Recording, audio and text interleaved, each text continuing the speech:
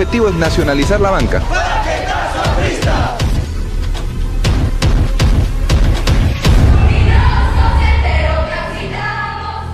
3 de octubre, 1968. Un grupo de generales del ejército, liderados por Juan Velasco Alvarado, dieron un golpe de estado cerrando abruptamente el primer gobierno de Fernando Belaúnde. El golpe fue respaldado inicialmente por clases populares, que creyeron en la propuesta de igualdad y justicia de aquel militar, al que todos llamaban el Chino Velasco. Su mensaje decía que el comunismo era el modelo que debía seguir nuestro país y logró calar profundamente en los sectores productivos, especialmente el agrícola. El proyecto político e ideológico del general Velasco consistía básicamente en una propuesta, digámoslo así, estatizadora de la economía y dirigista de la economía. 14 de junio 1969, Velasco Alvarado anunció el inicio de la reforma agraria. Campesino, el patrón ya no comerá más tu pobreza. En teoría, los agricultores recuperarían el poder y la capacidad productiva de las tierras que trabajaban. Se les quitó las tierras a sus legítimos dueños para repartirlas entre los agricultores. Las grandes haciendas pasaron a ser cooperativas administradas por los trabajadores, quienes no tenían el conocimiento ni la capacidad para tal manejo. La reforma agraria descapitalizó el campo, las cooperativas de producción fueron un fracaso de gestión y el agro moderno que había en el Perú se hundió. Entonces para el agro fue un desastre el experimento velasquista, ¿no? Los agricultores, decepcionados, comenzaron a abandonar sus campos y migrar hacia las ciudades, originando la primera gran migración. El Perú pasó a ser importador de alimentos de lo que había sido un gran productor. 29 de agosto 1975. El desgaste político del gobierno de Velasco se sintió incluso dentro de las Fuerzas Armadas. Un grupo de militares tomó el poder y el general Francisco Morales Bermúdez asumió como nuevo presidente de la República. En principio, Morales Bermúdez intentó continuar el modelo de izquierda que venía proponiendo Velasco, pero ante las huelgas promovidas desde todos los sindicatos, intentó salir del modelo comunista, pero ya era demasiado tarde. 19 de julio 1977. Se produjo un paro nacional convocado por la Central General de Trabajadores del Perú, CGTP, una medida respaldada por todos los sectores productivos e ideológicos. El gobierno, al verse totalmente abandonado, anunció el fin de la dictadura y cronograma para volver a la democracia, que se inicia con una asamblea constituyente en 1978, presidida por Víctor Raúl Haya de la Torre.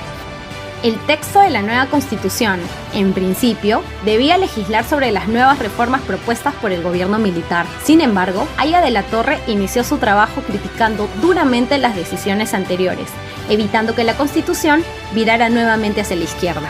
El pueblo recuperó el ejercicio de una soberanía que le fue negada a lo largo de 10 años. 12 de julio 1979. El texto fue refrendado y entró en vigencia el 28 de julio de 1980, el mismo día en que Fernando Belaúnde regresaba a la presidencia del Perú. Luego de 12 años de dictadura militar, volvía a la democracia con la promesa de grandes cambios, pero el optimismo no duraría mucho.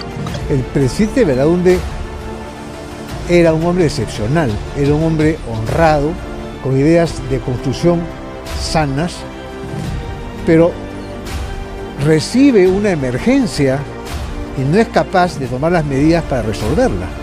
Yo formé parte del régimen del presidente Belaúnde, yo fui asesor del doctor Ulloa, por eso tengo una cierta claridad en lo que le digo, ¿no? Sendero Luminoso irrumpió explosivamente en la vida de los peruanos, aprovechando el descontento de un gran grupo de campesinos que se sentían completamente abandonados por el gobierno.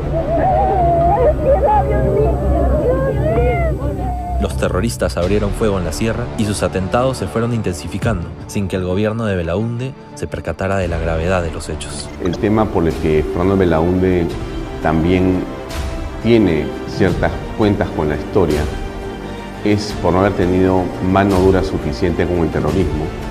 Le llamó abigeos a los terroristas, pero además no visualizó que justamente delante de él nació Sendero Luminoso. La matanza de periodistas en Ushurajay, las masacres de Huancazancos, Lucanamarca y Soras, donde cientos de campesinos y comuneros fueron salvajemente asesinados, resultaron ser solo el principio. Y como si tanta sangre derramada fuera poco, en 1982 hizo su aparición el movimiento revolucionario Tupac Amaru MRTA, tan sanguinario como Sendero, aunque priorizaba su accionar en secuestros y cobro de cupos empresarios.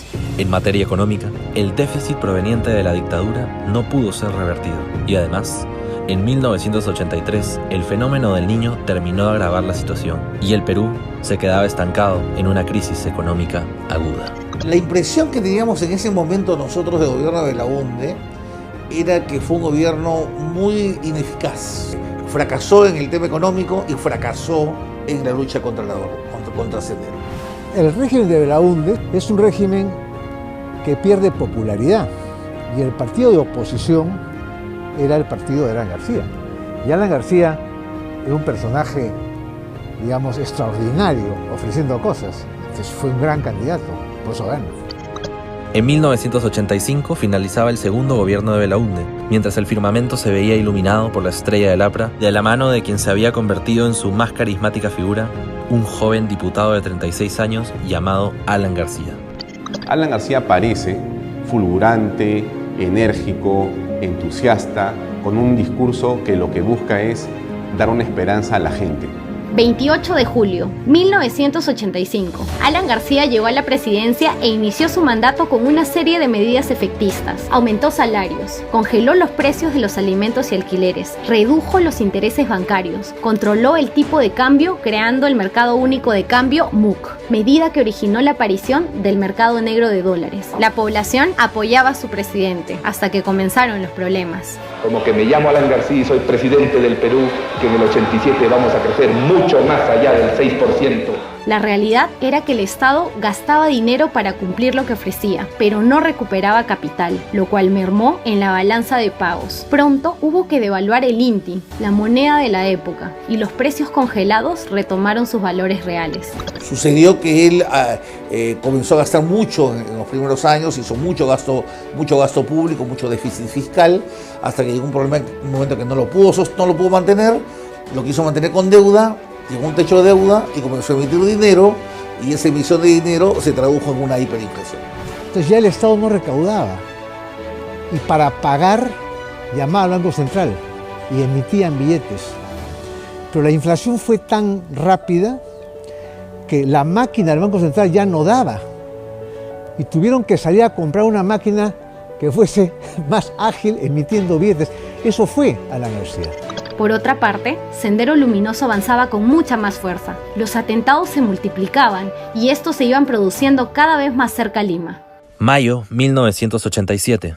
Tras la voladura de torres de alta tensión y una explosión de la hidroeléctrica del Mantaro, 9 regiones se quedaron sin energía eléctrica. Por su parte, el MRTA continuaba secuestrando empresarios y se adueñaban de toda la selva, donde ni la policía ni el ejército lograban controlar sus ataques. 28 de julio 1987. Alan García decidió jugarse todas sus fichas y en su mensaje ante el Congreso anunció la estatización de la banca. Todos los bancos privados pasaban a manos del Estado. Por eso en este instante propongo al Congreso su nacionalización y estatización. Y entonces la gente vio que si la banca era tomada, lo siguiente que venía era la propiedad privada o las otras expresiones de propiedad privada, y entonces reaccionó. Por primera vez, grupos de ciudadanos pertenecientes a las clases más altas comenzaron a organizar mítines y marchas contra un gobierno, situación que originó la aparición exitosa de Mario Vargas Llosa como un líder político. La crisis se hacía insostenible. Ese año se produjeron 720 huelgas que involucraban a la industria y a la minería. Los paros armados de Sendero Luminoso, que incluían el bloqueo de la carretera central, generaban la escasez de alimentos en Lima, lo que llevó a la especulación y a la subida de precio de todos los alimentos. Se formaban largas colas para que las personas pudieran conseguir productos básicos de manera racionada. Ya a finales de los 70, la inflación era del orden del 70-80%. A finales del 85, del segundo gobierno de Belaúnde, esto llegó a 200%. Y al finales de Alan García pues fue la famosa hiperinflación. Es decir, fue un círculo vicioso, cada vez era peor, ¿no? El objeto que costaba un sol cuando llega García, costaba 2.220.000 soles cuando llega García. En esta pequeña calle del centro de Lima, las monedas se venden por kilo porque ya no tienen aceptación en las transacciones comerciales y se usan en la confección de artesanías. Se devaluó el INTI en 24% y comenzaron a llegar los paquetazos. Medidas de emergencia con las cuales se suponía se estabilizaría la economía, pero que solo provocaban aumentar la crisis. El aumento del desempleo y la caída drástica de ingresos provocó el surgimiento de un sector informal de una dimensión nunca antes vista. Los 2 últimos años del primer gobierno de Alan García estuvieron marcados por la debacle económica. En 1989, la tasa anual de inflación fue de 3.398.6% y las reservas internacionales apenas llegaban a los 190 millones de dólares. Lo que generaron fue una gran desacumulación nacional y la quiebra del país, la hiperinflación. Con un terrorismo cada vez más fuerte y sanguinario, con un país en bancarrota, la gente necesitaba un cambio y Mario Vargas Llosa ya se sentía presidente, ya que era el favorito absoluto para ganar las elecciones de 1990. Pero de un momento a otro llegó un tsunami político que cambió el rumbo de esa elección. Subido en un tractor, un desconocido profesor de matemáticas y ex rector de la Universidad Agraria, de origen japonés, llegaba a todos los rincones del país para cambiar definitivamente la historia del Perú.